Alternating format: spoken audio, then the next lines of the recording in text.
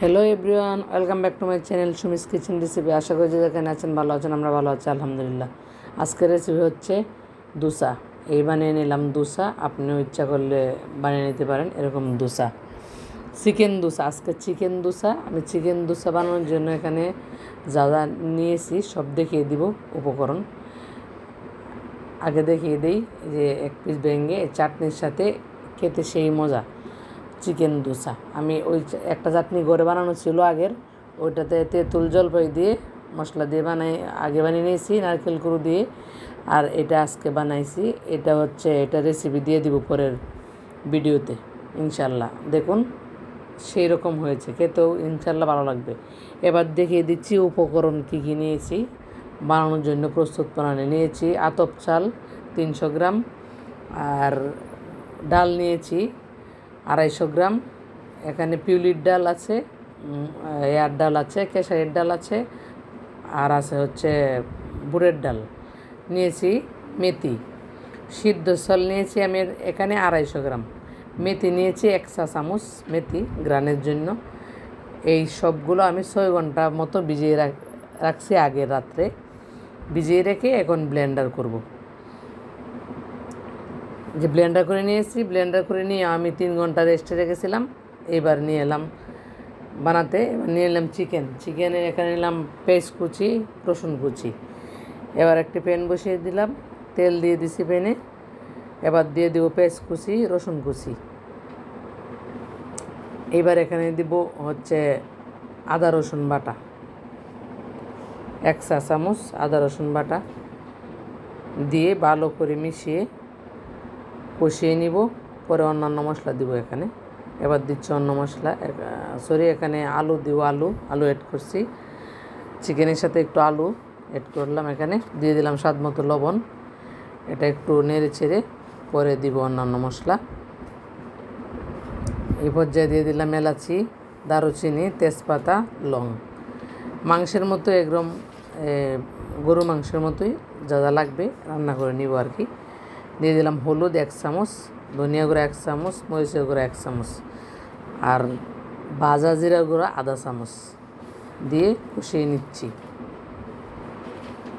এবার কষানো শেষ, দিয়ে দিলাম চিকেন দিয়ে আরও একটু কষিয়ে নিব, আর একটু সময় কষিয়ে নিব।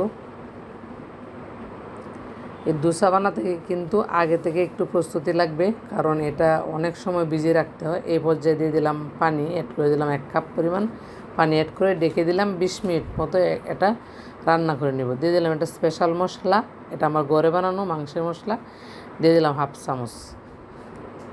এই পর্যায়ে হয়ে গেছে আমার ভিতরের পুর কিংবা চিকেন যাই বলেন, হয়ে গেছে। বাটিতে উঠিয়ে নিলাম।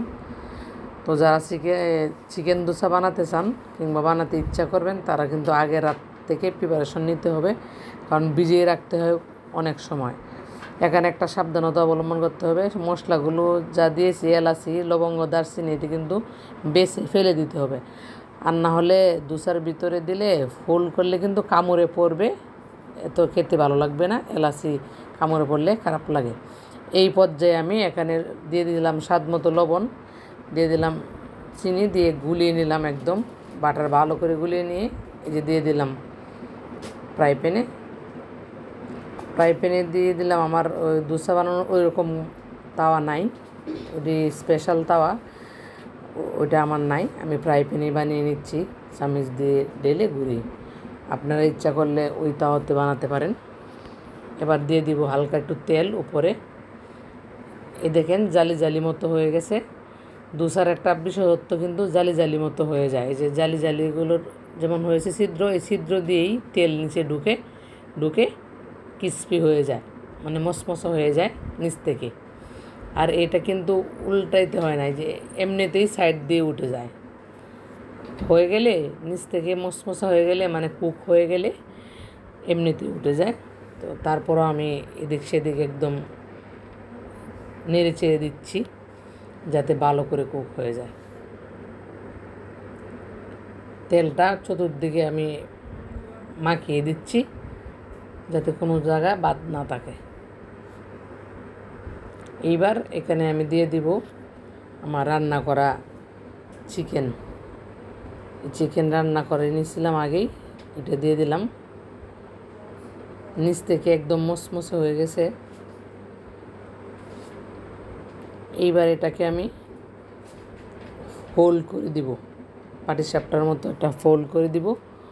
দেখতে সুন্দর লাগবে, ফোল্ড না করলেও পারেন, দেখতে সুন্দর লাগবে, এই কারণে আমি এটা ফোল্ড করে দিলাম। অনেক গরম, ধরতে অসুবিধা। একটু জায়গা হয়তো একটু বেশি কুক হয়ে গেছে, কালো হয়ে গেছে।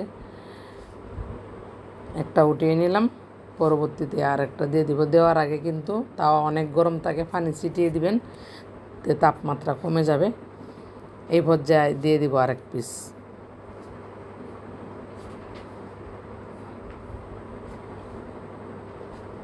দিয়ে দিলাম আরেক পিস। আবার চামচ দিয়ে এরকম ঘুরিয়ে ঘুরিয়ে গোল করে দিব। এই দেখেন জালি জালি মতো হয়ে যাচ্ছে। এই দোসার এটাই কিন্তু সবচেয়ে দেখার বিষয় আমার কাছে, যদিও আমার নিজস্ব মতামত। এরকম ছিদ্র ছিদ্র জালি জালি হয়ে গেলে কিন্তু দোসা নিচে থেকে মসমসে ক্রিস্পি হয়ে যায়, তাড়াতাড়ি কুক হয়ে যায় নিচ থেকে। এবং জালি জালি হলে, এরকম জালি জালি হলেই কুক হয়ে যায়। তো আমি এখানে আর একটা বিষয় আবারও বলে দিই, সাবধানতা অবলম্বন করতে বলে দিই।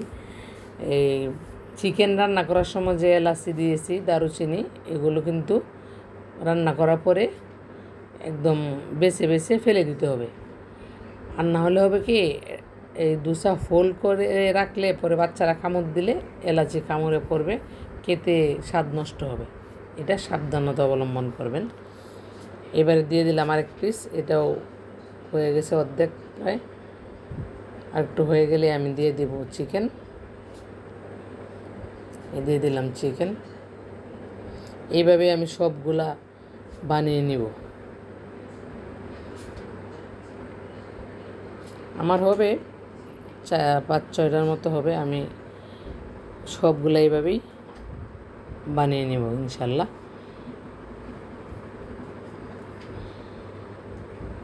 অনেক গরম তো, হোল্ড করলে একটু মানে উল্টাইতে গেলে অনেক হাতে লাগে, তো এটা একটু বুঝে সুঝে উল্টাইতে হয়।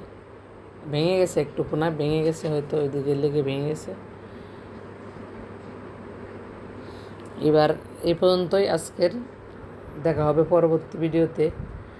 সে পর্যন্ত ভালো থাকুন, সুস্থ থাকুন, নিরাপদে থাকুন। ভিডিওটি ভালো লাগলে লাইক কমেন্ট শেয়ার করবেন, পাশে থাকার জন্য বেল আইকনটি প্রেস করে দিবেন। দেখা হবে আরেকটি নতুন ভিডিওতে। দিয়ে দিলাম আরেক পিস।